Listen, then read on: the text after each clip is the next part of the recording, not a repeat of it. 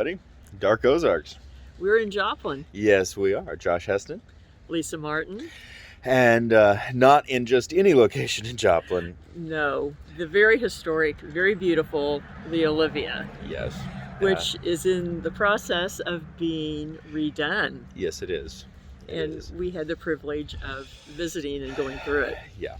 With permission. With permission. That's why I said privilege. Very, very important. Yes. It is. So I'm still a little bit overwhelmed.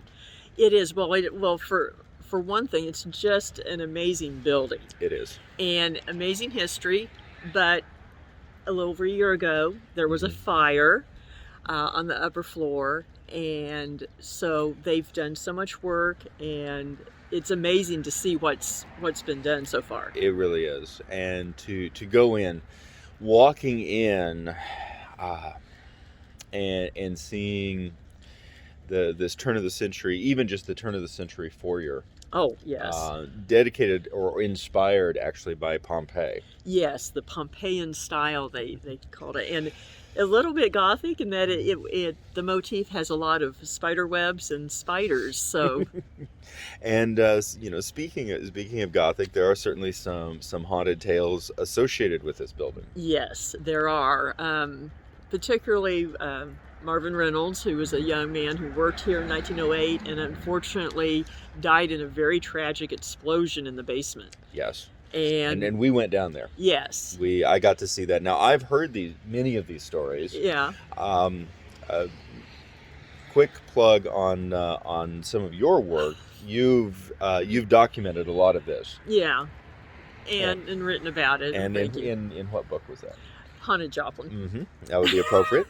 And because that was the first time that I read that story of Marvin. Uh-huh. And being able to, as I could envision it, but then to actually walk into that space. It makes it very real and more poignant, I think. It does. And of course, 5 stories. Do we? Yep. 1, 2, 3, 4, 5. 5 stories, and we climbed all those stairs today. Yes. The view of Joplin from the top is magnificent. It really is. The best view I've ever seen, to be honest, in Joplin.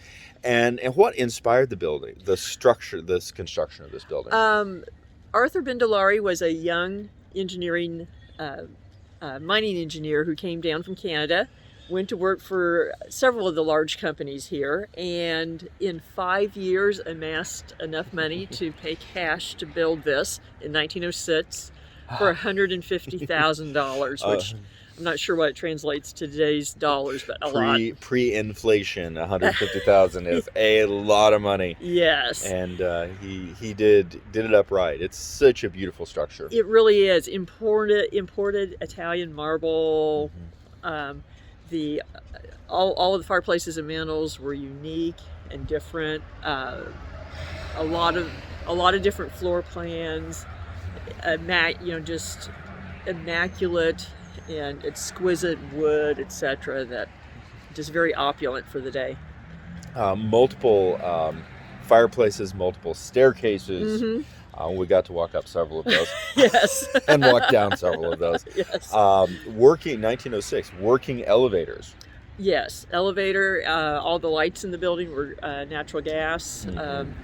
You had your milk delivered through the door in the hallway. It was luxurious. It was, not to mention the fact that you had, barber shop, haberdashery, pool hall, restaurant downstairs, and then an opulent dining room for the residents upstairs. And that space was absolutely beautiful. It was. It is. It's just gorgeous. And of course, I don't know how much we want to talk about this on this episode, but gangster history as well. Yes, there is a connection to Prohibition era Chicago, namely that Al Capone had a safe house here. Right, third floor. Third floor, right behind us. Yes, third floor. Yes, right behind us, and it was the only apartment with a buzzer to the front desk to be notified. Still a very even in the renovation process, it's still a very unique space, that It is. that particular apartment. It is. It is. It makes an impression when you walk in. It does. It really does. I'm excited. Of course, we got a lot of photos Yes. of the interior. You have, of course, amassed a lot of photos over the years, and we're excited about showing those. We are. As time allows. Yes. So more to come.